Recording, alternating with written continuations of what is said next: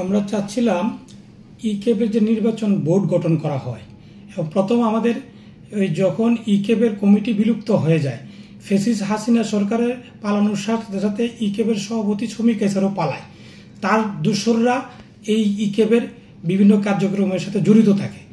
পরবর্তীতে 5 আগস্টের পরে ইকেবে প্রশাসক নিয়োগ করা হয়। প্রশাসক ইকেবে আইন অনুযায়ী যদি কমিটি না থাকে একজন প্রশাসক নিয়োগ করা হয়। এই প্রশাসক যখন নিয়োগ হবে 120 দিনের মধ্যে নির্বাচন দিতে হয়। 120 দিন অতিবাহিত হয়, পরপর 2-3টে তফসিল ঘোষণা করা হয়, একই ডেটের মধ্যে তফসিল ঘোষণা করা হয়। তখন এই তফসিল এবং নির্বাচন কমিশন বোর্ড গঠন করা হয়।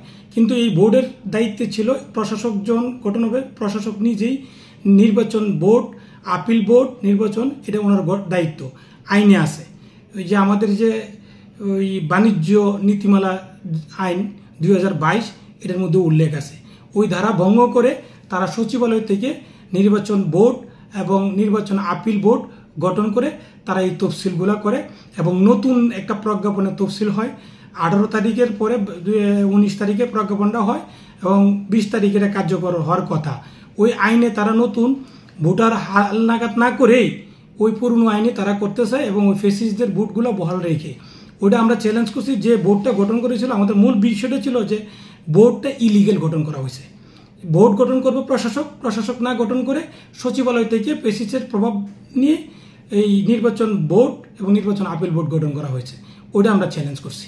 কোর্ট সন্তুষ্ট হয়ে আইনগুলো বিবেচনা করে এই নির্বাচনটা স্থগিত করে ওই 26 তারিখের এবং বোর্ড ভেঙে দেওয়া হয়। ইলিগেল যে বোর্ডটা হয় আপিল বোর্ড, নির্বাচন বোর্ড, এইগুলো ভেঙে দেওয়া হয়েছে এবং নির্বাচন স্টে করা হয়েছে।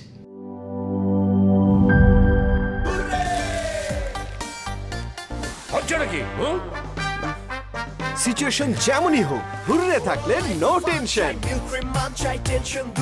মিল্ক ক্রিম আর এক্সাইটিং ফ্রুট ফ্লেভারে তৈরি হুররে ওয়েফারের মাঞ্চি টেস্টে আপনিও বলবেন টেনশন দূরে হয়ে যাক হুররে।